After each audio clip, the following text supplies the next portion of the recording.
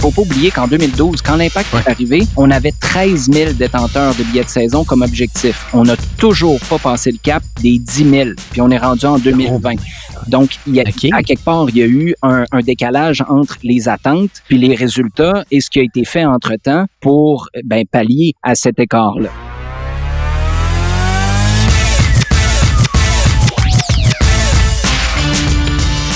Bienvenue au 26e épisode du podcast Hypercroissance, présenté et produit par J7 Media, une agence de publicité Facebook.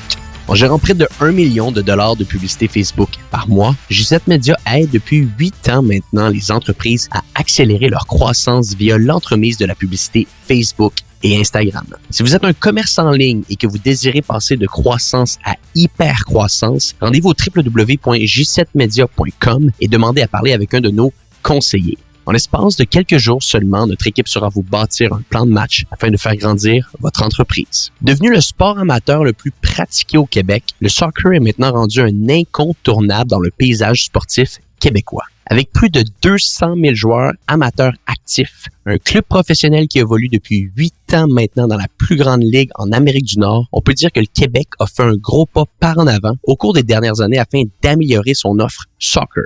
Maintenant, qu'en est-il du volet économique? Est-ce utopique de penser qu'un club comme l'Impact de Montréal, qui perd des dizaines de millions de dollars à l'année, a les moyens de rester dans la métropole? C'est la discussion que je vais aborder aujourd'hui avec mon invité du jour, Olivier Brett. Olivier, qui est une figure reconnue au Québec quand on parle de soccer, va nous expliquer aujourd'hui les erreurs que l'Impact ne doit pas répéter dans les prochaines années, la préparation rigoureuse que le Canada doit avoir afin de bien organiser la Coupe du Monde 2026, ainsi que certaines anecdotes plus croustillantes les unes que les autres sur son ascension personnelle comme journaliste soccer numéro 1 au Québec. Sans plus attendre, ma discussion avec Olivier Brett.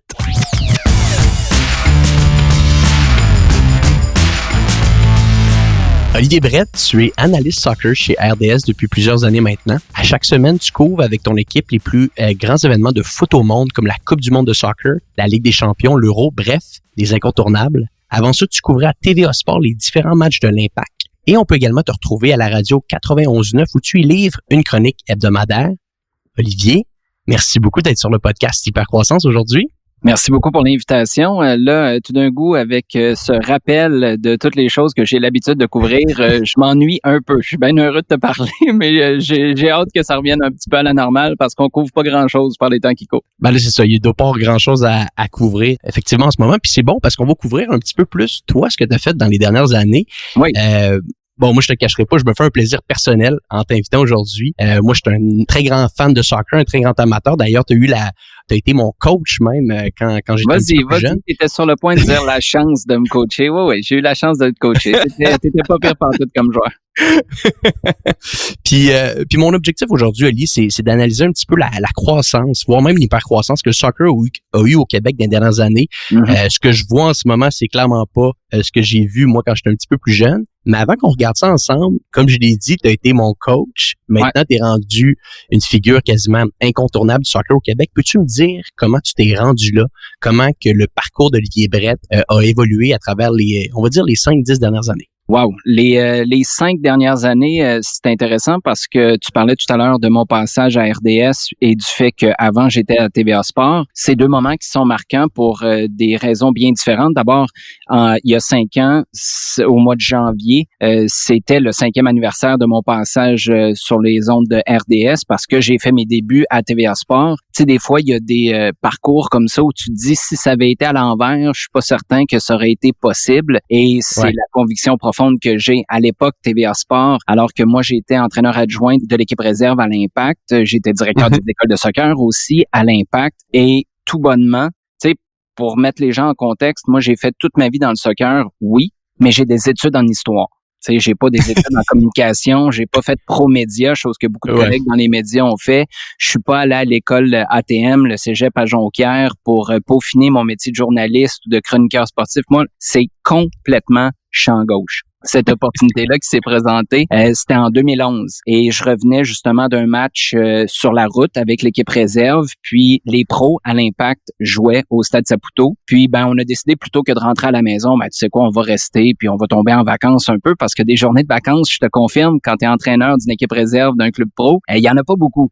Donc, je m'installe sur la terrasse au Stade Saputo avec Claude Pinard, qui est chez Saputo maintenant, mais qui était VP marketing du club à l'époque. Et on ouvre une bière, puis on regarde le match de la terrasse présidentielle, de la terrasse de Joey Saputo. Puis, tout bonnement comme ça, avec aucune intention derrière la tête à ce moment-là, mais Claude commence à me poser des questions. Pourquoi un tel fait ça? Pourquoi ça se passe comme ça sur le terrain? Puis, je réponds à des questions, puis je rentre à la maison sans y penser après le match. Puis 2 semaines plus tard, on m'invite dans le bureau de Richard Legendre, qui était VP exécutif, et de Claude, le VP marketing. Et ils me disent, là, on a besoin de tester ton niveau de stress. Fait que là, je te confirme, tu sais comment ça fonctionne dans le milieu des affaires ou dans le milieu corpo. Tu commences à te demander, c'est quoi le dossier que tu as échappé? Puis tu te dis que tu as fait une boulette à quelque part que là, on veut adresser. Puis finalement, c'était pas ça. On m'a demandé, serais-tu intéressé à être analyste pour des matchs de soccer à la télévision parce que la chaîne TVA Sport allait être lancée quelques semaines après. Puis c'est comme ça que ça a commencé mon aventure à la télé. Fait qu'au lieu d'aller chez toi, après une game de l'équipe réserve, aller au Stade Saputo, ça t'a amené un peu à devenir analyste. C'est ça que tu es en train de me dire, là? Pas un peu. Ça m'a... 100%. 100%. Mais tu sais, pour remettre du contexte, puis on verra au cours des prochaines minutes, là, tu sais, je veux pas accaparer tout ton temps tout de suite en partant, mais c'est intéressant parce que d'un point de vue humain, il y a des moments comme ça dans une carrière où tu te dis, si ça m'avait été présenté il y a 1 an et demi, soit j'aurais dit non, parce que j'aurais pas eu le courage, parce que je le répète, là, moi j'avais zéro expérience. Puis on m'a planté là à la télé avec mon collègue à l'époque, Frédéric Laure, puis on nous a dit, allez-y les boys, vous faites de la TV maintenant. Là. C'était vraiment l'étendue de ma formation. Ça a été de me mettre des téléx dans les oreilles puis de me dire, ta caméra est là, vas-y mon grand. Donc, je pense qu'1 an et demi plus tôt, si c'était pas du fait que j'avais fait beaucoup de travail sur moi, et j'en ai fait énormément au cours des 10 dernières années pour voir où est-ce que je me mettais des embûches qui m'empêchaient de vivre des expériences comme celle-là, celles qui me faisaient peut-être éviter des opportunités quand on me les présentait parce que j'étais pas certain d'avoir la confiance ou le bagage ou ce qu'il fallait tout simplement pour passer à travers. Je suis convaincu que j'aurais dit non à cette offre-là, puis pourtant, ça a été le contraire. Je savais que ça me faisait tellement peur en dedans quand on m'a offert ça. J'ai dit oui, let's go, on va voir ce que ça donne. Puis jusqu'à date, là, on n'est pas loin de 10 ans plus tard, ça donne quelque chose de pas pire. Ah, c'est malade, intéressant. Puis je suis curieux, parle-moi un petit peu de l'évolution, la learning curve que tu as faite parce tu viens de le mentionner. On t'a placé puis on a dit ah ouais, vas-y mon homme, let's go, là, couvre les matchs de soccer puis fais de ton mieux. Puis de toute façon, j'imagine que même eux, à un certain point, c'était la première fois qu'il allait avoir des gens qui allaient couvrir des matchs de soccer, donc il y avait peut-être pas énormément d'expérience non plus à dire puis à donner des directives claires. Es-tu capable de nous dire un petit peu des anecdotes, comment tu as été capable d'évoluer à travers le temps par rapport à ça? Ouais. On a beaucoup, hein? On va avoir besoin d'une couple de podcasts, j'ai l'impression. Ouais. Non, mais ce qu'il faut comprendre, tu sais, puis je te disais tout à l'heure, RDS puis TVA Sport, c'est 2 entreprises qui sont dans la même industrie, mais en même temps, leur approche, leur entrée dans le milieu a été vraiment différente. TVA avait déjà un énorme bagage télé, puis un paquet d'outils à leur disposition, mais qui n'étaient pas construits, bâtis au départ pour faire de la télé sportive. Et ça, c'est vraiment particulier par rapport à produire des émissions, des téléromans ou des jeux quiz, par exemple. Donc, d'un point de vue technique, on a eu un paquet de défis au départ. Moi, je me souviens de matchs où, tu sais, des gens en partant, pour quelqu'un qui analyse ou qui décrit un match, mettre de l'émotion dans une rencontre puis te gager en fonction de ce qui se passe sur le terrain, c'est un défi. Tu sais, ça a l'air tout simple, mais des fois, tu vas trop vite, tu vas pas assez, puis t'es off, en bon français, par rapport aux produits sur le terrain. Mais il y a des matchs où on a fait que on n'avait même pas de son. Tu sais, tu fais un match de Ligue des Champions où t'as Paris qui joue contre Chelsea à Londres, mais t'as 0 ambiance. Tu fais comment? Tu sais pas ce qui se passe dans les estrades. Donc, déjà ça a été vraiment intéressant parce que ma seule référence à partir de là, c'était qui? Ben, c'était Frédéric, qui était le descripteur à côté de moi. Puis ça a été un exercice intéressant pour que les deux, on se pose la question à savoir, on a le goût de donner quoi comme show?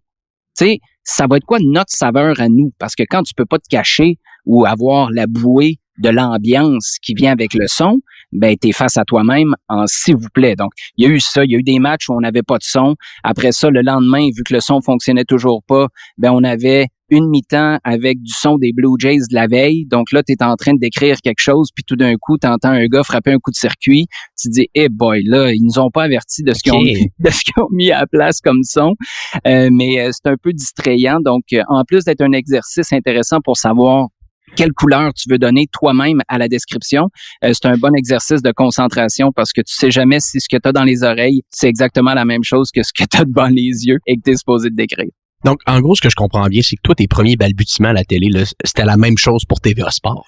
Littéralement, donc à la vitesse que toi t'évoluais, c'était la vitesse également que TVA Sport allait chercher un petit peu du feedback sur comment ils étaient capables d'améliorer leur couverture sportive. Là. Les deux se sont faits simultanément. Ben, je sais pas si je peux l'équation, certainement par rapport à la technique, parce que comme je te disais tantôt, il y en avait tellement de moyens techniques à TVA, mais ils étaient pas toujours adaptés au sport. Donc, je pense que là, ça a été pas bien coordonné encore. Exactement.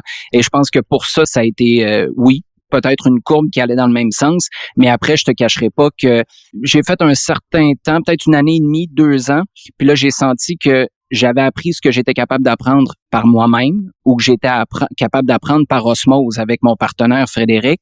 Puis là, j'ai décidé d'aller chercher du coaching pour moi-même, du coaching que j'ai fait intensément pendant, il y a une des séances que j'ai prises, c'était 16 semaines avec des devoirs à faire à chaque semaine, des présentations à offrir à tous les vendredis avec un coach privé parce que là, je sentais que j'avais plafonné. Donc oui, au départ, c'est une courbe qui allait dans le même sens que TVA Sport, mais après, ben, j'ai senti que j'avais besoin d'amener ça à un autre niveau pour moi, là. C'est pas un jugement sur la station, mais pour moi, pour avancer, j'ai eu besoin de coaching personnel.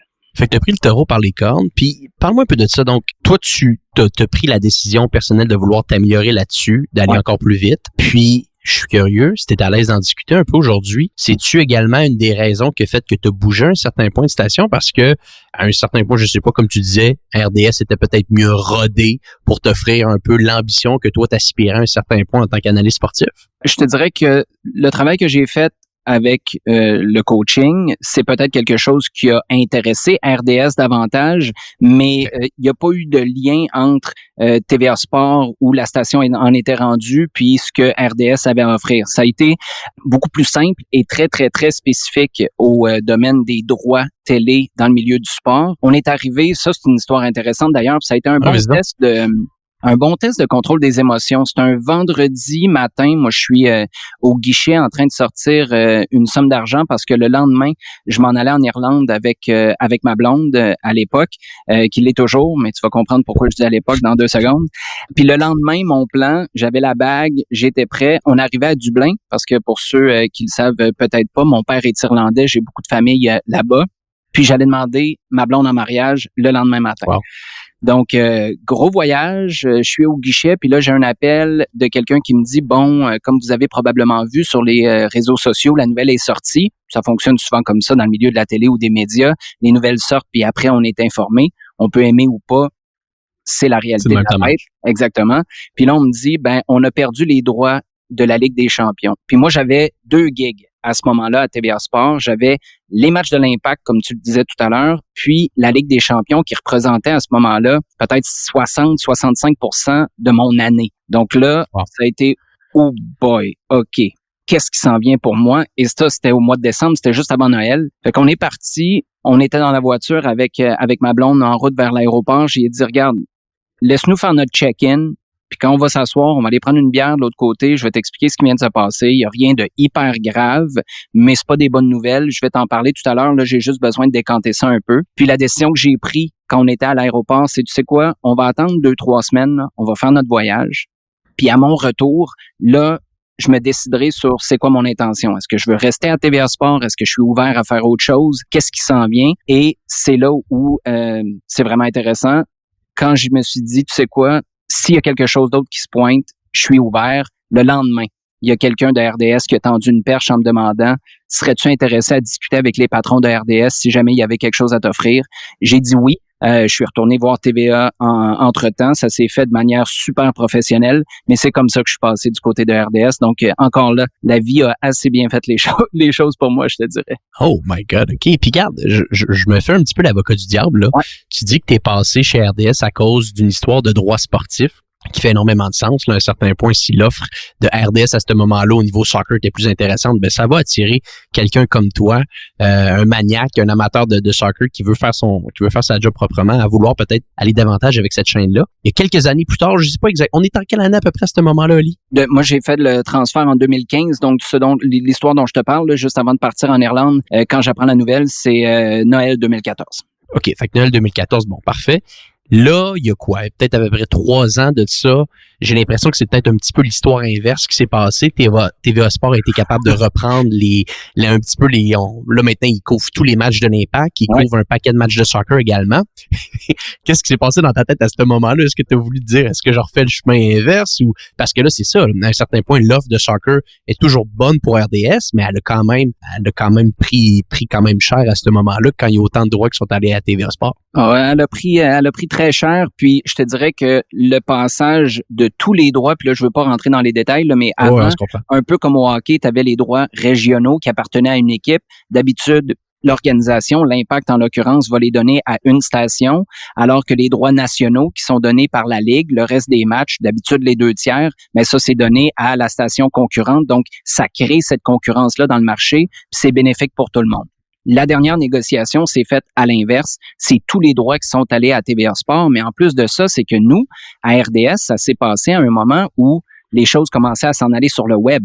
Donc là, nous, on couvrait la Ligue des champions. C'est parti sur DAZN 100% sur le web. Donc, tu peux pas voir ces matchs-là à la télé au Canada. C'est pas juste spécifique à la francophonie au Québec. Là, c'est vraiment pour le pays au complet. Et même chose pour la Premier League anglaise. Donc, oui, ça a eu un contre-coup de ce que j'avais vécu en 2015 en passant à RDS. Mais là où j'ai tellement de gratitude et de reconnaissance pour la vision de RDS, c'est qu'il y a quelques années, quand ils ont vu que j'avais peut-être la capacité d'occuper un autre rôle, parce que moi, quand je suis rentré à la station, j'étais le 3e analyste, puis on m'avait fait comprendre que c'était absolument rien de personnel, mais j'étais le 3e analyste dans tous les sens du terme. C'était numéro 1, numéro 2, puis toi, quand on a besoin du numéro 3, tu rentres, tu fais la job, puis on est bien content de t'avoir, mais tu passeras pas numéro 1.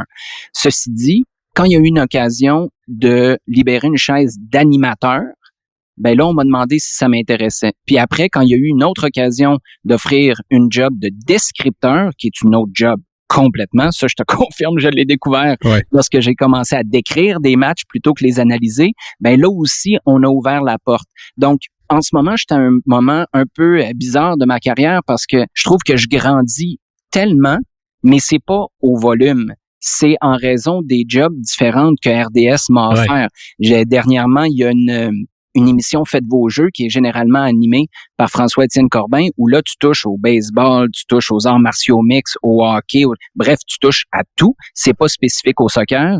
Et on m'a demandé d'animer cette émission-là quand François-Étienne était pas disponible. Donc, oui, c'est vrai que l'offre soccer, là, il y a eu un effet boomerang de ce que j'avais vécu en 2015, mais en même temps, la boîte s'occupe tellement bien de moi à continuer de me faire grandir, même si j'ai peut-être pas le même genre de volume en ondes, que ça vaut encore vraiment la peine pour moi d'un point de vue professionnel. J'en retire encore énormément. Intéressant. Donc, puis je suis curieux, question personnelle que je m'attendais pas à te poser aujourd'hui. Vas-y. Est-ce que c'est dans ta vision, dans ta réflexion présentement de dire qu'à un certain point, tu vas uniquement te concentrer soccer ou le volet animation, le volet télévision, le volet description, c'est quelque chose qui de plus en plus, peut-être davantage dans son format, t'intéresse, te dire peut-être que c'est davantage là-dessus que tu vois ta carrière sur le moyen long terme? Tu m'aurais dit ça, tu m'aurais posé cette question-là il y a 2-3 ans, puis je t'aurais dit non. Moi, je veux rester dans le soccer avec les différents chapeaux que je peux porter, que ce soit celui de descripteur, analyste ou animateur, parce que ça, c'est vraiment le chef d'orchestre. Pour les gens qui ont jamais vraiment baigné dans cet univers-là, c'est lui qui gère le temps, c'est lui qui est obligé d'accélérer les choses quand il faut, ou de ralentir, ou de carrément faire du temps quand des fois t'es un peu à court, puis t'as un invité qui a été moins long dans ses réponses. Bref, c'est plus difficile que ça a l'air, puis ça, je l'ai appris à la dure à mes débuts, mais maintenant, je suis plus ouvert à une condition. Moi, tu m'amènerais pour faire l'animation d'une émission de hockey. Il y a tellement de gens qui connaissent bien le hockey. Il y a tellement de gens qui sont capables de faire ça que je vois pas où j'aurais une plus-value qui me permettrait de sentir que je sers les gens, que je sers vraiment à quelque chose où quelqu'un d'autre à côté de moi pourrait pas faire la même chose. Ceci dit, il y a des concepts que j'ai en tête, il y a des entrevues que j'aimerais réaliser où là, oui, je sortirais du cadre du soccer, mais je pense que je serais vraiment pertinent. Le travail que je fais comme conférencier avec les parents d'athlètes, c'en est un bon exemple. C'est pas des parents d'athlètes exclusivement issus du soccer, ça peut être de tout sport. Donc, à ce niveau-là, oui, je suis très intéressé à sortir des limites du soccer, mais en même temps, je vais être certain d'avoir une plus-value. Sinon, c'est juste essayer de copier la job de quelqu'un d'autre, puis ça, je suis pas ben bon là-dedans, je te dirais.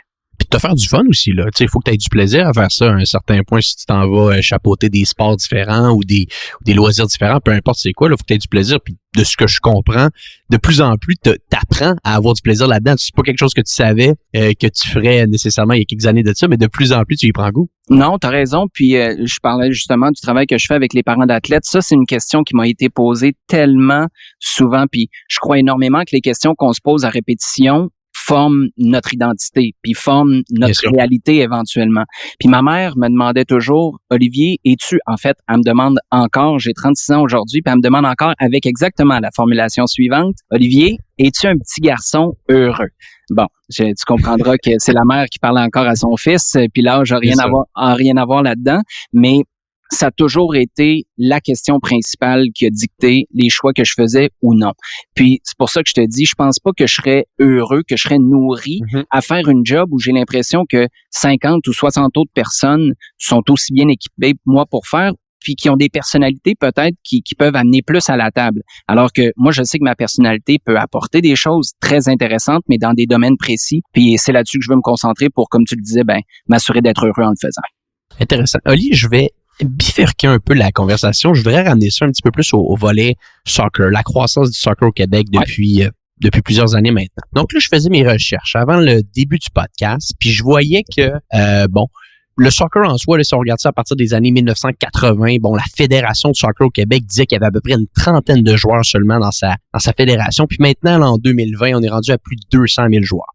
Donc, au cours des 25-30 dernières années, c'est clairement un sport là, qui a accéléré puis qui a beaucoup plus de joueurs, surtout au Québec, qui vont y jouer. C'est quoi les facteurs, selon toi, qui ont influencé cette croissance rapide-là? Est-ce que c'est l'arrivée d'un club de soccer ici? Est-ce qu'il y a eu des facteurs différents? Selon toi, qu'est-ce qui a fait que le soccer a pris autant de croissance dans les dernières années? Il y a tellement de raisons. D'abord, il y a des infrastructures. Tu sais, moi, ça fait pas si longtemps que ça, mais quand j'étais à la fin de mon secondaire, début cégep, je partais en Irlande à chaque année du mois de décembre au mois de mai pour m'entraîner, pour être certain de pouvoir m'entraîner sur un terrain à 11 à l'année. Parce que des centres intérieurs, moi, j'ai grandi à Québec comme toi, il y en avait pas. Donc, ça montre à quel point la réalité a changé. Toi, quand je t'ai coaché au sport-études, c'était dans un gymnase où on s'entraînait. On a été capable de travailler, mais c'était avec des outils qui sont bien différents de ce qu'on a aujourd'hui. Donc, je pense que les infrastructures qui permettent de jouer à l'année longue, c'est un facteur. Après, il y a aucun doute que la Coupe du monde qui est arrivée aux États-Unis au début des années 90, en 94, ça a été un autre énorme facteur parce que là, c'est comme si c'était plus le sport des autres. Et surtout pour les Américains, parce qu'on se cachera pas que ça se passe par osmose. Pour nous, au Canada, souvent, si les Américains foncent à plein dans quelque chose, ça a des répercussions sur nous. Il y a ça. Il y a le fait que maintenant, tu as des générations qui ont joué, qui ont des enfants, puis c'est comme pas révolutionnaire que d'inscrire ton enfant au soccer. Ça va de soi parce que ça a été ta réalité aussi comme parent. Donc, je pense que tous ces facteurs-là, combinés, je suis bien placé pour le constater, combiné à l'offre qui est tellement plus importante à la télé. Là, c'est intéressant par contre de voir ce que ça va donner avec toutes les compétitions qui se ramassent sur le web. Mais depuis 15 ans, l'offre que tu as à la télé, tu as un accès que tu n'avais pas il y a 20 ou 30 ans. Puis je pense que ça fait en sorte que, tu as beaucoup plus de jeunes qui jouent dans le temps. Puis je veux faire du pouce un peu à ce que tu viens de dire là, avec la couverture à la télé, tout ça. Je lisais également que, Michel Dugas, que je sais plus s'il est encore chargé des communications chez Soccer Québec, il est toujours. C'est merveilleux. Je pense qu'il disait en 2015 qu'il y a à peu près le double d'inscriptions de jeunes qui vont jouer au soccer au Québec comparativement à de ce qu'il va y avoir au hockey. Okay, donc c'est quand même une proportion importante. Mais maintenant, la popularité du sport est clairement en hausse. L'équipe de l'Impact, là, donc littéralement ce qu'on parlait un petit peu de l'offre à la télé. L'équipe de l'Impact est de plus en plus compétitive. Il y a des vedettes qui vont venir dans cette équipe-là année après année. Moi, je me pose la question, puis je voudrais avoir ton avis là-dessus. Qu'est-ce qui manque pour que l'Impact de Montréal, à un certain point, soit capable d'avoir des matchs à guichet fermé, semaine après semaine, parce que c'est pas le cas. Moi-même, je vais au stade pas mal assez souvent pendant l'été. Je sais pas si je vais pouvoir y aller cet été là, pour différentes raisons. Mais qu'est-ce qui manque à l'Impact pour être capable de faire guichet fermé selon toi? C'est vraiment intéressant que tu me poses cette question-là en ce moment parce que j'ai eu la réflexion. Ça va exactement dans le même sens que le feeling que j'ai développé pour certaines entreprises dans mon quartier que j'ai envie d'aider pendant la période du confinement, alors que pour d'autres, c'est un peu dur de dire ça comme ça, mais peut-être une certaine indifférence. L'impact, à mon sens, tout doit passer par leur communication, leur marketing pour créer des racines avec leur public où les gens se sentent attachés, se sentent investis d'un lien émotif. L'exemple que je donne toujours, puis l'impact est sur la bonne voie. Il y a 2 ans, moi, j'ai été très critique dans un paquet de papiers que j'ai écrit à la radio aussi. J'anime le FC 919 sur les ondes du 91.9 Sport à Montréal. J'ai été très critique là aussi parce que je trouvais que le marketing c'était jamais du marketing, c'était de la vente. On était toujours en train de dire, voici c'est combien, déplace-toi au stade. OK, mais pourquoi je me déplace au stade? Explique-moi, tu sais, en quoi ça me représente? En quoi je devrais m'identifier à ce que vous êtes en train de faire? Et on parle encore des expos comme une équipe qui s'appelle Nos Amours. Le Canadien, c'est la sainte flanelle. Puis je le sais, je veux pas rentrer là, dans le spécifique des dernières années parce que le Canadien, on s'entend là pour bien des raisons, c'est tout croche. Mais dans la tête des gens, on les appelle encore les glorieux, la sainte flanelle. Les expos, c'est nos amours. Tu sais, à la limite, les alouettes, c'est nos moineaux. Tu sais, puis il y a comme un attachement qui est là, qui remonte à il y a longtemps, qui est ancré dans des choses hyper positives, alors que l'Impact, ça a souvent été le club des Saputo qu'on avait comme le droit d'emprunter. J'ai déjà donné l'exemple de la piscine du voisin. C'était comme, c'est pas la piscine communautaire, là. C'est le voisin qui nous donne accès à sa piscine parce que lui, il a eu la vision d'en faire creuser une chez eux, mais on allait comme l'emprunter. Tranquillement, l'Impact est en train d'essayer de reconnecter avec ces gens, puis c'est comme ça, je suis convaincu qu'on va réussir à remplir le stade Saputo, mais c'est aussi pour ça, j'ai l'impression qu'on l'a pas toujours rempli dans le passé. Intéressant. Fait que toi, selon toi, ça passe pas plus par, encore une fois, des superstars à la Didier Drogba qui viennent dans l'équipe. Tu penses que c'est vraiment une question de temps, de communication, de s'attacher à l'équipe, puis à un certain point, superstar ou pas superstar? Ces superstars-là, pour moi, encore, je vais donner un autre exemple de coronavirus. La pandémie en ce moment, les superstars pour une équipe sportive, l'argent pour une entreprise ou pour une personne, moi, je pense que ça fait juste une chose, ça amplifie ce que tu es déjà. Quand Didier Drogba s'est pointé à Montréal, là, tout le monde a été surpris. Il y avait des centaines de personnes à l'aéroport qui l'attendaient, mais les gens étaient pas prêts au club. Et d'ailleurs, Kevin Gilmore, qui a pris la présidence de l'Impact depuis ce temps-là, a été très candide et je partage à 100% son point de vue. Il a dit on n'était pas prêt à capitaliser là-dessus. Donc, pour moi, ta superstar que tu vas chercher, oui, c'est clair qu'elle va t'aider, mais ça va être ton tipping point. Parce que si t'as pas des racines fortes, quand cette personne-là va partir, et c'est arrivé avec Didier Drogba, tu te retrouves au point 0. Bref, tu reviens à la case 0 et c'est ce que 100%. Tu veux éviter. Tu vas être capable de créer du momentum plutôt qu'être obligé de recommencer à 0 en payant le gros prix pour des superstars à chaque fois. Puis tu as dit qu'ils se sont, selon toi, qu'ils sont repartis à 0. Est-ce que c'est vraiment le cas? Est-ce qu'il y a quand même un après Didier Drogba qui a été capable de se faire sentir chez l'Impact? Oui, OK. Non, puis je suis très, très tranché là-dessus parce que j'ai passé tellement de temps à réfléchir à ça. Quand il était là, j'ai passé tellement de temps à poser la question, il va rester quoi? Puis là, quand je dis poser la question, c'est en tant que journaliste, c'est en tant que fan, c'est à des gens dans les bureaux, c'est à des joueurs qui l'ont côtoyé, à des entraîneurs qui l'ont côtoyé.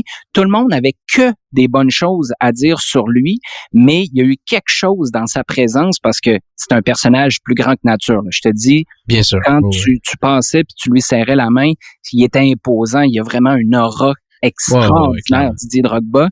Mais non, moi, je suis pas capable de dire qu'à part individuellement des souvenirs que les gens qui l'ont côtoyé ont, puis c'est des choses qui sont tout à fait légitimes, c'est des beaux souvenirs, mais en tant qu'organisation, non, que ce soit positivement ou négativement, je pense pas qu'on a utilisé ça pour mettre une pierre supplémentaire à l'édifice. Puis c'est un grand malheur d'ailleurs de son passage à Drogba à Montréal. Puis qu'est-ce qui aurait pu être fait? Selon toi, là, vite comme ça, il y a peut-être rien qui te vient à l'esprit, mais qu'est-ce que tu penses qui aurait pu être fait différent si, disons, demain matin, regarde, je dis n'importe quoi, mais après le confinement, il y a une superstar en Europe qui vient. Ouais. Quel est le modus operandi que l'Impact devrait faire d'une manière différente selon toi pour arriver puis être capable de donner une legacy à son club, à ses fans quand ce départ-là va être fait? Parce qu'il faut le mentionner, les superstars qui viennent en MLS, ils arrivent à 36, 37, 38 ans, ils n'arrivent pas au top de leur forme à 24, 25 ans. Ben, t'en as qui arrivent à beaucoup plus jeunes, sauf que oui, un cas Drogba, non, il serait pas venu à 27, 28 ans.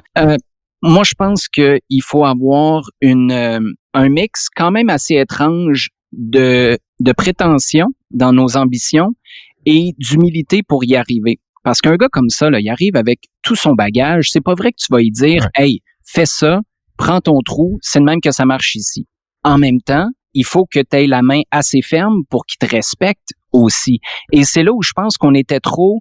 D'ailleurs, quand Thierry Henry est arrivé à Montréal comme entraîneur l'année passée, moi, il y a une chose qui m'a irrité un peu, c'est quand on nous a dit, sur les médias sociaux, l'Impact a écrit « On se pince encore ». Et ça, c'est le club lui-même qui mettait ça comme message. Moi, dans ma tête, je me dis, vous avez pas compris, à mon sens, que lui a besoin de vous à ce stade-ci de sa carrière autant que le club a besoin de lui. Et c'est comme cette dynamique-là qui a pas fonctionné avec Drogba. Et je pense que ça a surtout montré que d'un point de vue communication, puis là, je parle pas nécessairement du département de communication, mais de la capacité au club à communiquer, ça a été un grand problème parce que ce gars-là est arrivé, Drogba, il a été tout feu, tout flamme, il marque 11 buts en 11 matchs à son arrivée en 2015, mais après, coup de théâtre, on le voit débarquer dans les estrades de son ancien club à Chelsea, puis là, on apprend que Chelsea est en train d'essayer de le rapatrier pour être entraîneur adjoint. Et là, il y avait encore une année de contrat, puis pendant des semaines, l'Impact n'a pas communiqué. Et à son retour, on nous dit, on lui a parlé, tout est correct, inquiétez-vous pas, tout est beau. Voyons, pour moi, c'était prendre les gens pour des valises. Et c'est là où il y a la déconnexion dont je te parlais tout à l'heure. Ça fait mal, ça, à l'enracinement que tu as dans ton marché parce que les gens disent, c'est pas vrai, là. Vous nous bourrez en ce moment. Et ça, c'est le genre de choses que, à mon sens, l'Impact est en train de commencer à beaucoup mieux gérer maintenant. Bon, c'est une bonne nouvelle parce que comme tu le dis, on n'a pas le Thierry Henry joueur présentement, mais on l'a comme coach. Puis juste en termes de figure, on pourrait faire une comparaison un petit peu avec Drogba. Mais là, comme je l'ai dit, par contre, il vient comme coach, mais c'est quelqu'un qui a eu c'est un champion du monde, là, lui, là. Fait que c'est pas n'importe qui s'en vient à Montréal. Il faut être prêt, j'imagine, également en tant que club pour être capable de bien le supporter dans son développement, comme tu l'as dit, là. Bien le supporter, puis de lui donner une mission qui est claire aussi, parce que à l'arrivée, moi, ce que j'ai beaucoup apprécié, je te parlais de capacité du club à communiquer tout à l'heure, quand tu as une entreprise ou un club, c'est encore plus important pour une organisation sportive parce que tu as les émotions des fans qui embarquent là-dedans, en plus des émotions qui sont générées par les résultats.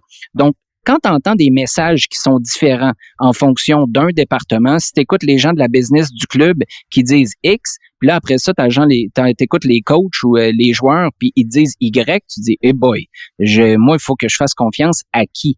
Et là, ce qui a été vraiment intéressant avec l'Impact au cours de la dernière année, c'est que le message est aligné par tous les départements. Tu as Kevin Gilmore qui est arrivé l'année passée, qui dit, on veut une équipe qui se met de l'avant davantage, pas juste sur le terrain, mais dans les médias aussi. Il faut qu'on en donne plus, il faut qu'on soit plus accessible. Tu as Olivier Renard qui est arrivé comme directeur sportif par la suite à la fin de l'année passée, qui a dit exactement la même chose. Et là, quand Thierry Henry débarque, tu sens qu'il a été briefé, qu'il a exactement la même mission que les deux autres parce que son discours va dans le même sens. Quand tu entends ça, à mon sens, que ce soit comme analyste ou comme supporter, ben ça, c'est rassurant parce que tu sens que oui, l'équipe est allée chercher un coach qui a beaucoup d'expérience, mais on lui a aussi donné une ligne directrice. Puis ça, peu importe ton bagage, je pense que dans une entreprise, c'est toujours super important, même si c'est ton plus gros vendeur, parce qu'en ce moment, pour prendre des termes de vente, Thierry Henry, c'est pas mal ça. C'est le plus gros vendeur de l'Impact de Montréal. Ouais. C'est le coach, mais c'est lui qui va amener... Exact.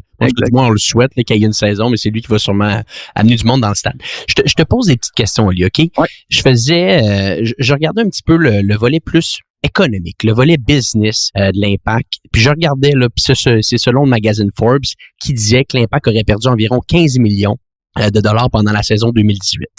C'est pas les seuls. Il y a également énormément d'équipes en MLS là, qui présentement perdent de l'argent chaque année, qui n'ont pas une profitabilité. La question que je te pose maintenant, est-ce que avoir une équipe de soccer à Montréal, ça peut être viable sur le long terme ou à un certain point, les Saputo, les propriétaires du club risquent de se tanner puis peut-être de vendre l'équipe au vu de la non-profitabilité ou peut-être même de la déménager? Est-ce que c'est une peur que toi, tu penses qu'il pourrait arriver ou d'un autre côté, tu as peut-être un avis différent là-dessus? Non, moi, avant l'arrivée de Kevin Gilmore à la présidence, il y a un peu plus d'un an maintenant, c'était une préoccupation réelle. Pour moi, d'ailleurs, on avait eu une table ronde avec les médias en compagnie de Joey Saputo, puis je lui avais posé exactement cette question-là. À l'époque, Joey avait répondu que c'était pas son intention. Après, je lui avais demandé est-ce que tu serais ouvert à vendre à quelqu'un ici à Montréal ou à un Québécois. La réponse avait été sèche, ça avait été non. Donc, les choses peuvent. Mais c'est son bébé un peu là. Oui, mais c'est là où je pense que ça a été une excellente décision. Puis une décision empreinte d'humilité, de laisser aller à quelque part son bébé à quelqu'un d'autre qui a pris la présidence, Kevin Gilmore en l'occurrence. Est-ce que c'est viable une équipe à Montréal? Oui, à 100%. Mais est-ce que tu as beaucoup de job à faire pour vendre quelque chose qu'on pensait au départ se vendre tout seul? Parce qu'il faut pas oublier qu'en 2012, quand l'Impact est arrivé, on avait 13 000 détenteurs de billets de saison comme objectif. On n'a toujours pas passé le cap des 10 000, puis on est rendu en 2020. Donc, à quelque part, il y a eu un décalage entre les attentes puis les résultats et ce qui a été fait entre-temps pour pallier à cet écart-là. Donc, oui, je suis convaincu que c'est viable, mais est-ce que il y a cette idée-là que ça pourrait être déménagé, sachant que la MLS est en phase d'expansion. C'est pas là que tu t'attends à avoir des déménagements, mais une fois que la vague d'expansion va être faite, c'est sûr qu'on va regarder les divers marchés puis se demander est-ce qu'il y en a qui valent la peine d'être évalués pour savoir est-ce qu'on devrait les déménager? Oui. Mais encore là, j'ai l'espoir qu'avec les bonnes décisions qui ont été prises, puis la direction beaucoup plus stimulante, puis enthousiasmante qu'on a vue depuis un an et demi, je pense que quand on va se poser ces questions-là, le Montréal va être pas mal plus en santé qu'elle l'a été pendant quelques années. C'est intéressant ce que tu as dit. Ils ont pas encore franchi le 10 000 billets de billets annuels, là, littéralement de billets de saison que tu vas prendre. Puis il y avait 13 000. OK, donc c'est un peu le fou la poule en ce moment, là, parce que s'ils veulent franchir ce 13 000-là, peut-être même ce 14 000, ce 15 000-là, à un certain point, il faut que le club soit plus compétitif. Faut peut-être t'aider des meilleurs joueurs que tu vas payer plus cher, donc tu vas perdre de l'argent pendant encore une couple d'années avant d'atteindre ça. Donc, il risque d'avoir encore certaines années compliquées au niveau peut-être économique pour l'Impact avant d'atteindre d'avoir des matchs à guichet fermé, d'avoir une meilleure rentabilité avec le club, là. Non, mais les matchs à guichet fermé, moi, je pense que ça peut arriver plus rapidement. Maintenant, la rentabilité avec le club, ça, c'est un autre dossier parce que c'est pas parce que ton stade est plein que tous tes forfaits VIP, que tous tes partenariats sont vendus et que tu fais tout l'argent que tu serais capable de faire avec exactement. Donc ça c'est la première chose. Après, est-ce que un des gros ajustements qui a été fait au cours des dernières années, puis c'est un ajustement qui a fait beaucoup de bruit auprès des détenteurs de billets de saison qui étaient déjà abonnés, c'est que on a augmenté les prix, on va dire restructurer l'offre des billets pour prendre le vocabulaire des vendeurs à l'Impact de Montréal pour se remettre à niveau par rapport au reste de la MLS. Ça veut dire que si tu remplis ton stade, puis je reviens à ce que je disais tout à l'heure par rapport à Drogba, quand Drogba était là, puis tu vendais ton stade, tu étais à guichet fermé, tu faisais même pas proche de l'argent que tu vas faire cette année ou l'année prochaine si ton stade est plein parce que la façon de distribuer les places dans le stade et les prix de ces places-là, ça a été modulé pour qu'on fasse plus d'argent, bref, qu'on en laisse moins sur la table. Mais est-ce que ça peut prendre quelques années? Oui. La chose qu'il faut jamais oublier, par contre, c'est qu'il y a tellement une envolée en flèche du prix des franchises que, comme en immobilier, tu dis, il y a peut-être de l'équité à quelque part pendant que, oui, je perds quelques millions par année. Je dis quelques millions, là. Même si c'est une dizaine de millions, c'est quand même important, même si tu t'appelles Saputo. Mais il faut pas perdre de vue que la franchise, là, sur papier, elle vaut 100 millions 100%. Plus qu'elle valait en 2010 quand l'Impact en a fait l'acquisition. Clairement, ça, c'est un bon point que tu mentionnes parce que parce que là, je voyais ça, là, c'est 16 des 24 clubs en MLS présentement qui sont non profitables, qui perdent de l'argent chaque année. Exact. Mais d'un autre côté, paradoxalement, les clubs prennent de la valeur année après année. Puis ça m'amène à mon point de dire, tu sais, ça fait plusieurs années maintenant là, qu'on les voit, les stars mondiales venir s'implanter un petit peu dans la ligue. Il y a eu Zlatan Ibrahimovic qui est venu. David Beckham, c'était le premier, je pense, qui est arrivé en 2007. Didier Drogba, on l'a mentionné. Donc, tu sais, tranquillement, pas vite, la Ligue, la MLS prend plus de cachet. Il y a une meilleure notoriété. Beaucoup plus de gens vont en parler. Moi, je te pose la question, est-ce que tu crois fondamentalement que sur un échéancier de 10, 15 ans, peut-être même 20 ans, le niveau de soccer qu'on voit en MLS pourrait tranquillement pas vite ressembler à ce qu'on voit en Europe? Puis là, quand je dis en Europe, si je parle des clubs de Division 1, ou c'est une vision purement utopique? C'est pas une vision utopique. Maintenant, tu as apporté une partie de précision importante en parlant des clubs de Division 1. Maintenant, faut pas oublier que la Lituanie puis la Bulgarie a sa Division 1 aussi. Et ça, je pense que c'est un des combats de la MLS, c'est qu'on est toujours en train de comparer à l'Europe ou à l'Amérique du Sud. Premier League. Mais tu sais, c'est pas vrai que le championnat en Bolivie, au Venezuela est le même que au Brésil ou en Argentine, et comme le championnat en Écosse est pas le même que celui juste au bord de la frontière en Angleterre. Donc ça, je pense que c'est quelque chose qui fait mal, cette idée-là de l'Europe avec un grand E où on a l'impression que tout est au top. Ceci dit, oui, la MLS, moi je le vois là, ça fait depuis 2012 que je couvre activement.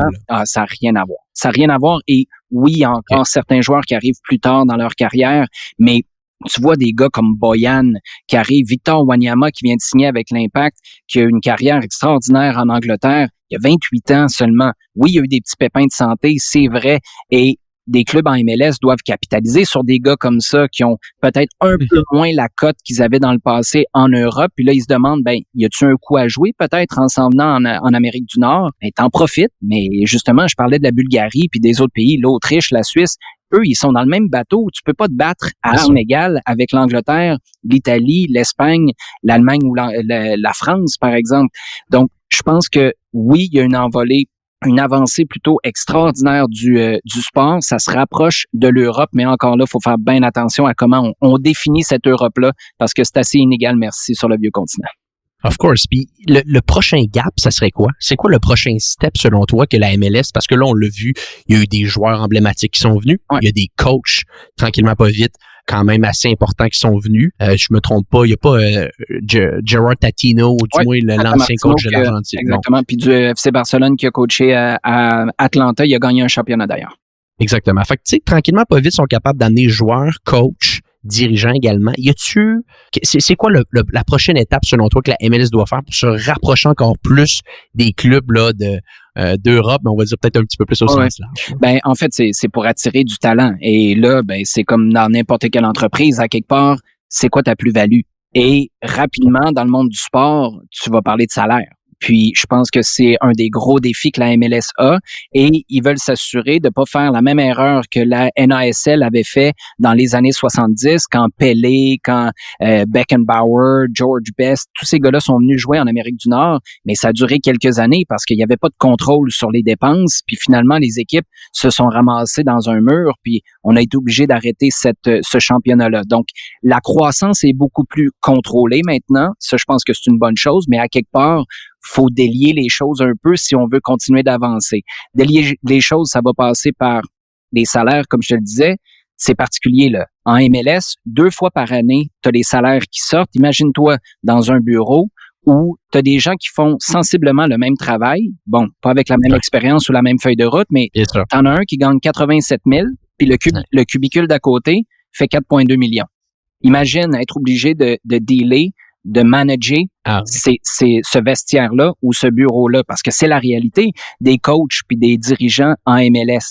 Donc, d'avoir des salaires un peu plus importants pour les plus jeunes ou les joueurs qui sont en marge du groupe, je pense que ça va être énorme pour augmenter le niveau moyen des équipes. Et après, quand on parle des joueurs qui sont top, les Drogba, les Thierry Henry quand il était joueur, Wayne Rooney, Beckham et compagnie, la chose qui revient sans cesse, c'est les déplacements sur la route. Parce que en Europe ou ailleurs, c'est des déplacements des vols qui sont nolisés, alors que pour garder une certaine parité à travers l'Amérique du Nord, à travers la MLS, ce que la Ligue avait décidé de faire, c'est de donner un certain nombre de déplacements nolisés seulement par année. Et c'était un faible nombre. Sachant que tu joues 17 fois sur la route, je pense qu'à un moment donné, c'était 4 déplacements qui pouvaient être nolisés. Le reste, tu pouvais pas. Parce qu'on voulait s'assurer que les clubs qui ont plus d'argent aient pas un avantage déloyal avec leur jet privé sur les autres clubs qui ont des plus petits moyens. Mais à chaque fois que tu as une nouvelle star qui arrive, c'est toujours la chose qui revient. Quand tu t'en vas jouer à Los Angeles ou quand tu t'en vas jouer à Columbus, puis il faut que tu voyages avec le public, il faut que tu voyages économie et que tu passes par Chicago pour après ça t'en aller à Montréal, puis que tes vols, ils se font pas tout de suite, faut que tu attendes au lendemain. Ça a tellement une grosse incidence sur la récupération des joueurs. Ça, c'est un irritant majeur. On a fait des avancées là, dans la dernière convention collective, mais à terme, ça, je pense que c'est quelque chose qui va beaucoup améliorer les conditions ou la façon de voir les conditions en MLS des plus grands joueurs qui pourraient peut-être venir jouer ici. Intéressant. Puis je te pose une question, puis on va en venir un petit peu plus au niveau local là, par la suite du soccer au Canada spécifiquement. Mais t'as dit que tranquillement, pas vite, t'as vu la Ligue évoluer. Mm-hmm.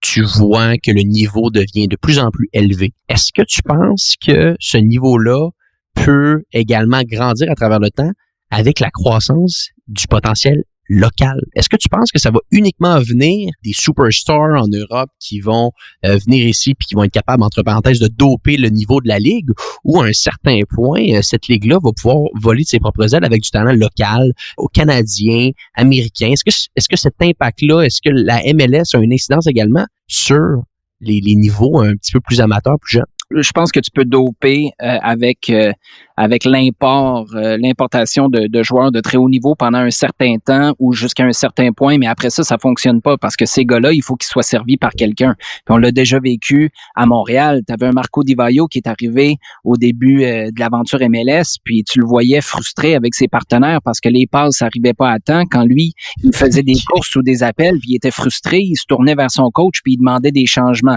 Ça crée des dynamiques qui sont pas acceptables et qui sont pas bonnes non plus aux yeux du public. Donc je reviens à mon idée, c'est un tipping point. Ces gars-là, quand tu as une base solide, et cette base-là vient de ce que tu as dit tout à l'heure, les académies. Moi, j'ai participé à l'élaboration de l'académie à l'Impact. J'étais là, écoute, on faisait l'arborescence du site web là, pour avant de partir le sport-études. C'était vraiment, là, on partait, c'était bric-à-brac un peu, mais on voyait où ça devait s'en aller, où on voulait du moins que ça s'en aille. Puis depuis ce temps-là, ça a fait des bons extraordinaires. L'académie, le travail qu'ils font pour produire ce qu'on espère être les futurs pros à l'Impact, c'est extraordinaire. Et oui, ça passe par eux pour 2 raisons. Parce que ces gars-là, tu les connais. Donc, d'un point de vue main-d'œuvre, tu sais exactement à quoi t'attendre. Au départ, parce qu'éventuellement, tu veux les payer à leur juste valeur, mais au départ, ils vont te coûter moins cher parce que c'est des gens de la place que tu n'as pas besoin d'attirer dans ton organisation. Et après... Ils veulent jouer ici. Exactement. Et après, ben, t'as l'enracinement avec la communauté dont je te parlais tout à l'heure. Samuel Piette, c'est pas le meilleur joueur de l'Impact de Montréal, mais c'est lui le lien affectif avec le Québec. 100%. C'est lui le lien affectif avec Montréal. Donc, quand t'as ça et que tu vas chercher les Drogba, les Thierry Henry, les Boyan et compagnie, ben, c'est là que t'as un mélange pour avoir une belle réussite, mais surtout un stade rempli à chaque match. Intéressant. On vient de parler là du Canada. Je voudrais faire un peu du pouce là-dessus. Il y a, je sais pas, ça fait peut-être à peu près 1 an maintenant que ça a été sorti. La Coupe du monde de soccer va être au Canada. Ouais. Même à Montréal, je crois bien. Je sais pas si c'est officiel, mais j'ai cru voir qu'elle est peut-être à la... On souhaite toujours pas officiel encore. OK, on va se croiser les doigts.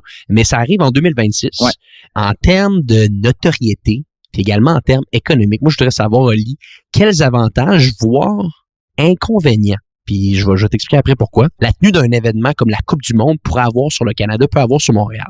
Puis, petite parenthèse, pourquoi je dis inconvénient? Mais regarde, je fais surtout référence à l'énorme dette supportée que Montréal, que le Québec a eu suite à la construction du stade olympique pour les Jeux olympiques de 1976. Donc, moi, je veux t'entendre un petit peu là-dessus.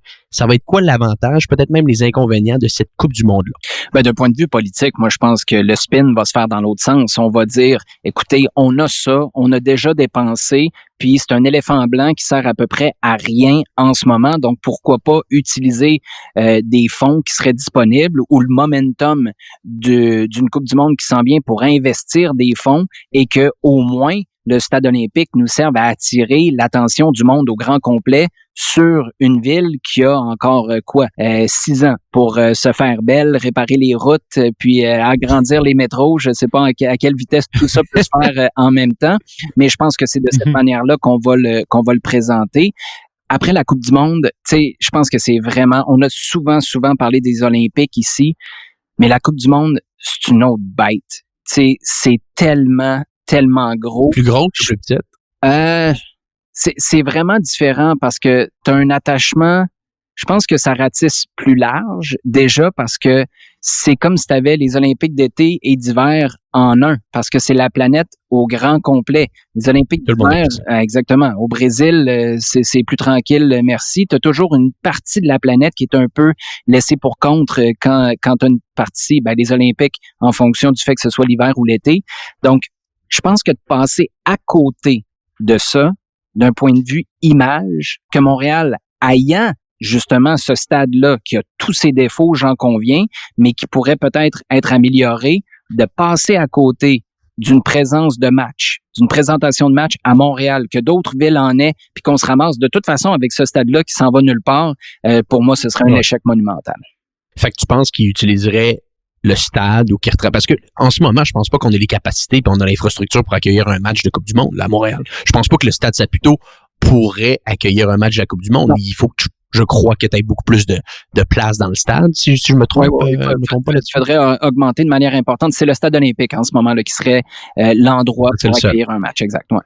OK, parfait. Fait puis donc on s'entend, il va avoir un impact sûrement économique, mais est-ce qu'il pourrait avoir également un impact sur le Canada au niveau du soccer après la Coupe du Monde? Est-ce que tu penses qu'à un certain point, le club canadien et s'en va dans la bonne direction? Est-ce que tu penses que par la suite, ça pourrait aider peut-être d'autres personnes à... Je sais pas exactement comment que ça pourrait améliorer le soccer canadien, mais t'as-tu une opinion par rapport à ça, sur ce que la Coupe du Monde pourrait faire par rapport au soccer ici? Ben oui, tout à fait. Je te parlais tout à l'heure de la Coupe du Monde en 1994. C'est pas compliqué. En Amérique du Nord, il y a un avant, puis il y a un après la Coupe du Monde 94. Okay. Et t'es jamais revenu au avant depuis ce temps-là parce que tout le monde a pris conscience de l'ampleur du sport. Là, je pense qu'on est à une autre étape parce que tout le monde est conscient de l'importance du soccer sur la planète, chose qu'au début des années 90, on découvrait. Maintenant, moi, ma grosse interrogation, parce que je te parlais du fait que j'ai été très critique envers l'Impact au fil des ans sur son marketing, sur son positionnement, puis dans le fond, son identité, c'était quoi être l'Impact de Montréal? Et c'est ça que, quand t'attirais un Didier Drogba, t'amplifiais. T'amplifiais quoi? Ben, un certain flou.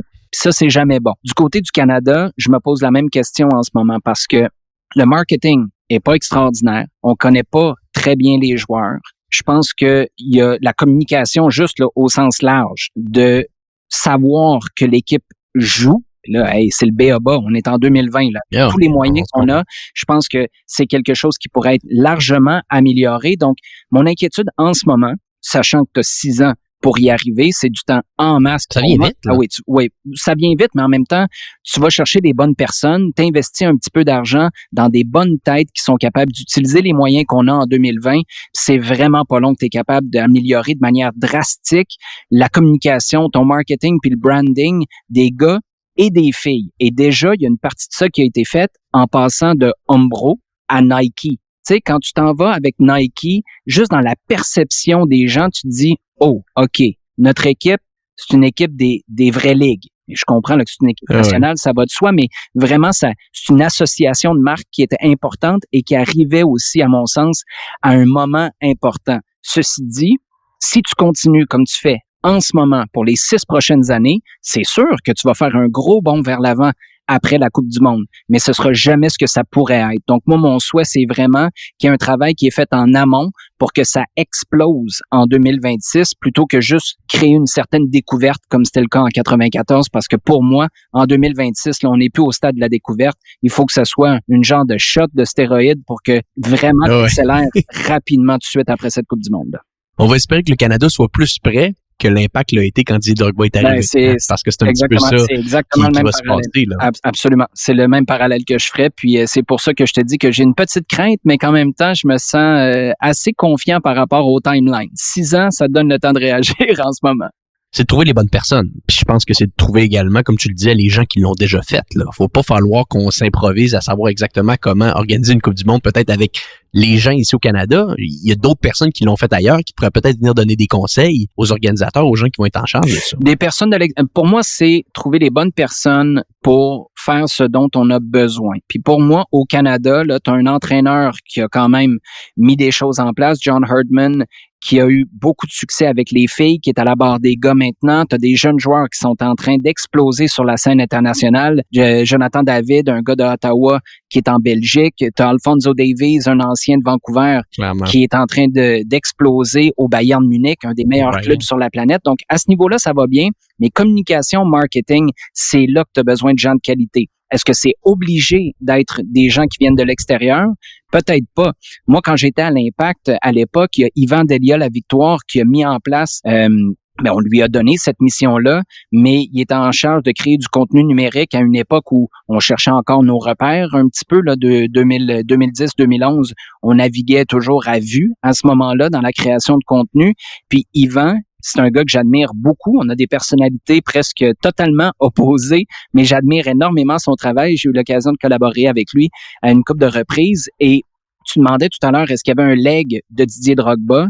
Ma réponse, c'est non, parce qu'il n'était pas en charge dans l'essai 1. Yvan, lui, tu vois encore l'empreinte de ce qui avait commencé à cette époque-là sur le contenu numérique que l'Impact produit, qui est super intéressant. Et je pense que c'est ça que le Canada doit trouver. Ces personnes-là qui vont, même s'ils sont pas là en 2026, qui vont placer les bases là, qui vont faire qu'on est prêt dans 6 ans. Intéressant. Oli, je voudrais terminer avec des petites questions personnelles. Vas-y. Okay? Moi, j'aimerais ça savoir, on a parlé un petit peu plus tôt dans le début du podcast, comment que ta carrière évoluait en tant qu'animateur, en tant qu'analyste soccer.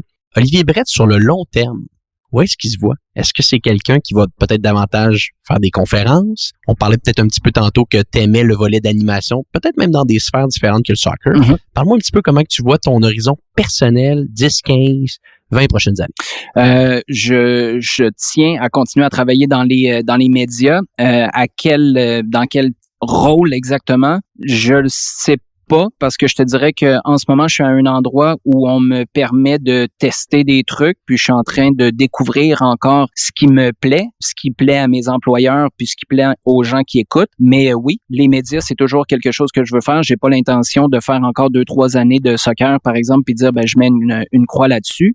Pour mes conférences, ça, je te dirais que c'est une des choses qui me passionne le plus, parce que le travail avec les parents d'athlètes qui, à mon sens, ont tellement été pointés du doigt au cours des 10, 15, 20 dernières années. Tout ce qu'on entend, c'est les parents dans le sport. Le hockey, c'est un exemple parfait. C'est un problème. C'est un problème à écarter. Et moi, j'ai été coupable de ça. À l'époque où je coachais, j'étais de ceux qui disaient, là, vous êtes parents. Moi, je suis coach. Je viens pas vous dire comment être parent. Venez pas me parler de mon équipe. Restez de votre bord. Je vais rester du mien. Tout va bien se passer. Mais quand je te disais tout à l'heure que depuis 10 ans, j'ai fait beaucoup de travail sur moi, puis ça m'a fait prendre conscience que sans l'aide des parents, nos joueurs, nos joueuses, nos athlètes pourront jamais devenir tout ce qu'ils peuvent être si les parents sont sortis de l'équation. C'est une conviction profonde que j'ai, et c'est pour ça que j'ai voulu commencer à travailler avec les parents pour en faire des alliés plutôt que des ennemis dans les organisations sportives. Et si tu me parles d'objectifs, moi, ce que je vois dans 5 ans, c'est l'exemple que je donne pour faire comprendre aux gens que je veux vraiment sortir du carcan, là, tout simple de travailler avec des gens qui sont dans mon entourage. Moi, je me vois dans 5 ans au Texas avec 3, 4, 5 000 parents de joueurs de football américain qui sont là pour m'écouter donner une conférence, parce que tout ce que ça requiert déjà, puis je te dis ça, j'ai aucune idée comment je vais y arriver. Demande-moi pas le plan de match en ce moment, il est pas clair pantoute, mais je pense que c'est assez loin de ma réalité en ce moment pour me faire bouger quotidiennement puis me faire avancer vers cet objectif-là. Si j'arrive à faire ça d'ici 5 ans, je te dirais que la passion que j'ai pour cet aspect-là de ma carrière, les conférences avec les parents d'athlètes, ça va être nourri puis pas à peu près. Intéressant. Puis, quand tu viens de le dire, on en a parlé également dans les conversations différentes, que dans les dernières années, tu as travaillé sur toi-même. Tu t'intéresses beaucoup plus au volet affaires. Tu me dis que tu avais travaillé beaucoup sur toi là-dessus. Ouais. Qu'est-ce que tu essayes présentement, toi, Olivier Brett, d'améliorer le plus? Est-ce que c'est au niveau personnel, là? Est-ce que c'est davantage ta présence en ligne? Ton volet, tu me parlais également que tu n'as pas d'agent, toi. Tu négocies tous tes contrats tout seul parce que tu veux travailler un petit peu ton volet de négociation. Donc, parle-moi un petit peu de ça. Qu'est-ce que tu essaies le plus d'améliorer au niveau affaires, au niveau personnel présentement? Je te dirais que c'est... au début 2019, au début de l'année, j'établis toujours mes objectifs pour l'année à venir. Puis début 2019, un de mes gros objectifs, puis tu vas me dire que j'étais bien en retard, puis tu aurais tout à fait raison, c'était de me lancer pour vrai sur Instagram parce que j'ai été quelqu'un qui est arrivé très, très tard sur la plateforme. Je te parlais de découvrir ce qui peut être des embûches ou des freins à mon développement puis à ma croissance. Ben ça, c'en était un. Je connaissais pas bien la plateforme. Je comprenais pas pourquoi moi j'aurais quelque chose à apporter à cet univers-là. Donc, j'y ai pas donné d'attention pendant des années. J'ai essayé de changer mon mindset par rapport à ça et ma présence sur les réseaux sociaux, je te dirais que oui, c'est la chose principale en ce moment parce que Instagram m'a servi à expliquer aux gens tout ce que je suis. La palette complète d'Olivier. Parce que sur Twitter, j'ai, je pense, 12, 13 000 followers. Donc, c'est quand même intéressant pour quelqu'un qui parle presque exclusivement de soccer ou de sport sur cette plateforme-là. Sur Facebook, c'est plus personnel, c'est plus la famille un peu. Puis là, quand je suis arrivé sur Instagram, j'ai pris une décision intentionnelle d'ouvrir la palette au complet. Mes champs d'intérêt par rapport aux parents, mes champs d'intérêt par rapport à ma croissance personnelle. Évidemment, il y a la famille puis le travail qui embarque là-dedans aussi, mais ça donne un aperçu complet de ce que je suis. Et mon grand défi, puis ce que j'essaie encore de comprendre, c'est comment je suis capable de produire du contenu, mais que ça soit pas pour montrer ce que moi, je vis, mais plutôt que ça serve les gens qui consomment ce contenu-là. Parce que personnellement, je consomme très peu de contenu qui est juste pour me présenter la vie des autres s'il n'y a pas quelque chose de divertissant ou d'instructif que moi j'ai à retirer là-dessus. Donc ça, je te dirais que c'est le gros défi que j'ai en ce moment, de m'assurer. Des fois, ça me fait ralentir un peu trop, puis je produis pas, alors que des fois, juste produire un petit peu, ça pourrait être aussi bénéfique. Mais je sens vraiment le besoin. Je reviens à ce que je te disais tout à l'heure. L'animation, si j'ai pas le sentiment de contribuer quelque chose, d'avoir une plus-value pour les gens qui sont à l'autre bout, qui écoutent ou qui consomment, ben j'ai tendance à dire, tu sais quoi, laisse ça à quelqu'un d'autre. Puis c'est là-dessus que je suis en train de travailler sur les médias sociaux en ce moment.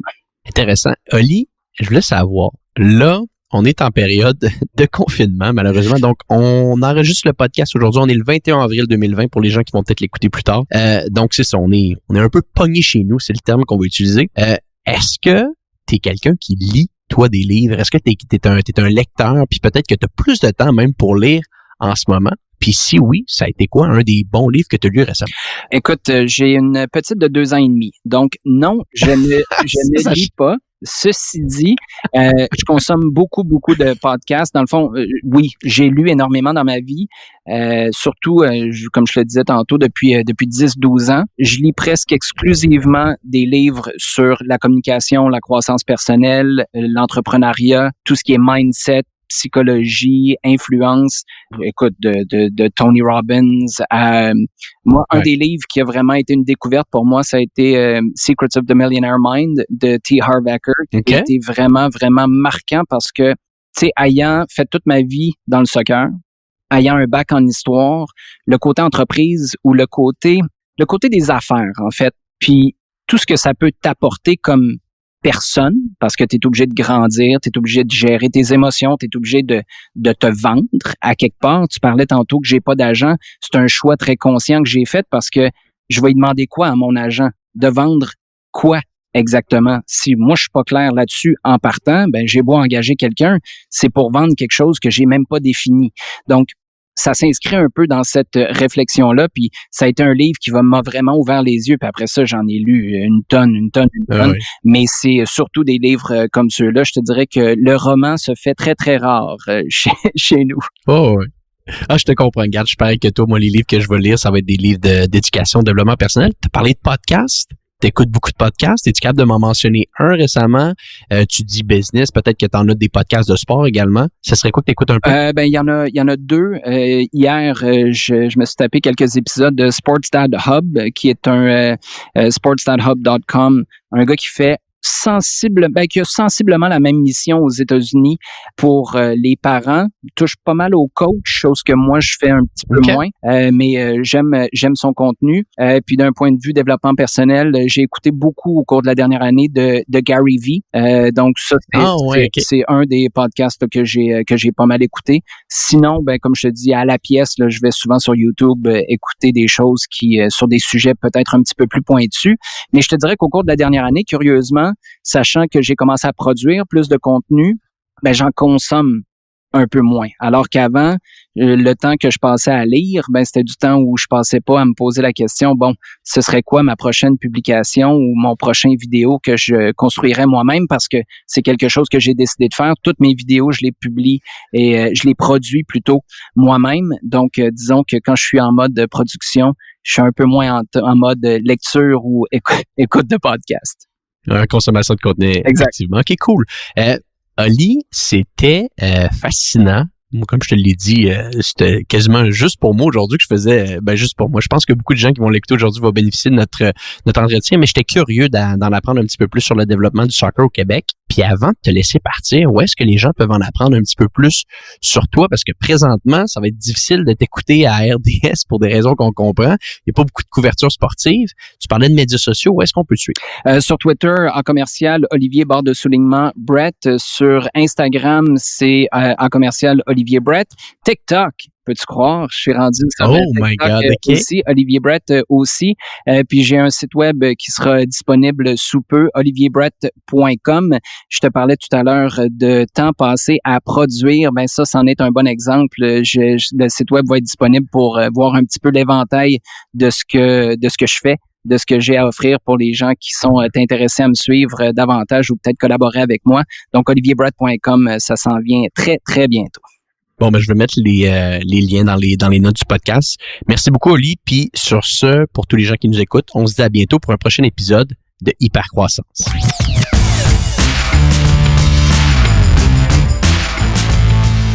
J'espère que le 26e épisode de Hypercroissance vous a autant intéressé que moi. En étant moi-même un grand amateur de soccer, j'ai trouvé fascinant les propos de Olivier sur l'évolution que l'Impact de Montréal a dû avoir dans les dernières années afin de se présenter comme un club de premier plan. Également, je me croise les doigts afin qu'on ait la chance d'aller au stade cet été voir l'Impact jouer. Je termine en vous invitant à nous donner une note de 5 étoiles sur iTunes ou sur votre plateforme de podcast préférée si vous avez aimé l'épisode d'aujourd'hui. Vos commentaires sont également très appréciés. Sur ce, on se dit à bientôt pour un prochain épisode de Hypercroissance.